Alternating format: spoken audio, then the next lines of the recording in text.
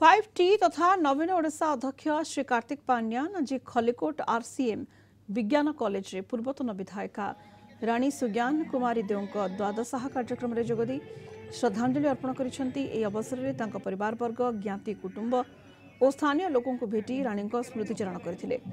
से कहिथिले जे स्वर्गत सुज्ञान देव गंजाम अप्रतिद्वंदी राजनेता भाव में अनेक दशक धरी एही अंचलर सेवा करि आसिथिले।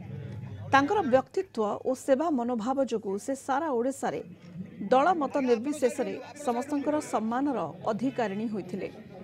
स्वतंत्र ओडिशा गठन रे एवं परवर्ती ओडिशार विकास रे राणी परिवार गुरुत्वपूर्ण भूमिका रही। राजा पाहतु रामचंद्र मर्दराज देव बहु भाव से खलिकोट राजपरिवार जड़े सुजोग्या उत्तराधिकारिणी थिले।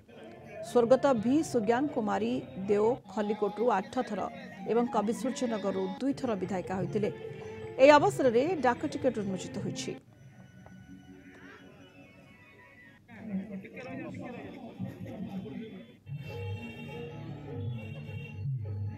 द्वादश थिला एवं आपण माने देखुथिबे केते भल पाउछन्दी रानी मां को गंजाम जिल्लार जनसाधारण एवं विभिन्न ओडिशा रो मध्य अनेक व्यक्तित्व आसीथिले।